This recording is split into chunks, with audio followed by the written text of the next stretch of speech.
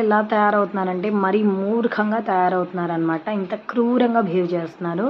So, భార్య betting ఆడొద్దని చెప్పినందుకు భార్యనైతే గొంతు నులిమి చంపేశాడు ఒక అతననమాట. అతని పేరు వచ్చేసి షంషీర్ బాషా.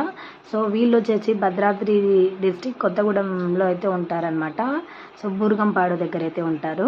సో, మహబూదా అనే అమ్మాయి షంషీర్ అనే అబ్బాయినైతే లవ్ చేసింది. ఈ షంషీర్ అతనైతే ఆటో డ్రైవర్ అనమాట.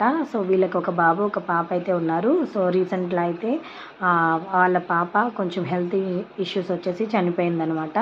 సో, తనైతే బెట్టింగ్ ఆడుతూ ఉండేవాడు. వైఫ్ అయితే చాలా సార్లు అయితే చెప్పిందనమాట బెట్టింగ్ ఆడొద్దు అని.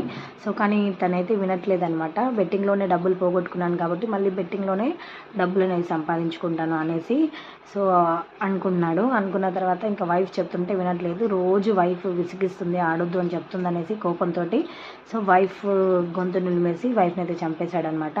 సో, బాగా నులిమిన తర్వాత సో, తను చనిపోయిందో లేదో అని కన్ఫర్మ్ చేసుకోవడానికి మళ్ళీ ఎక్కడ బతుకుతుందో అని డౌట్ తోటి ఏం చేశాడంటే పిల్లో తీసుకొని మళ్ళీ తన ఫేస్ పైన వేసేసి గట్టిగా నులిమేశాడనమాట.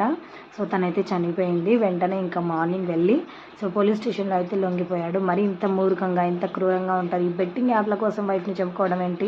అది కూడా నీ కోసం లవ్ చేసి నీ కోసం వచ్చిన అమ్మాయిని సో, మరి ఇంత క్రూరంగా చంపేస్తారా? అసలు లవ్ మ్యారేజ్‌కి వాల్యూ లేదు. అసలు దేనికి వాల్యూ లేదండి. సో, నా ప్రాణానికే వాల్యూ లేదు. మరి ఇంత ఘోరంగా ఒక గేమ్ కోసం వైఫ్ ప్రాణాలను తీసేయడం అనేది మరి మూర్ఖంగా కదా! ఆ అమ్మాయి ఏమన్నా తిట్టిందా? తిట్టలేదు.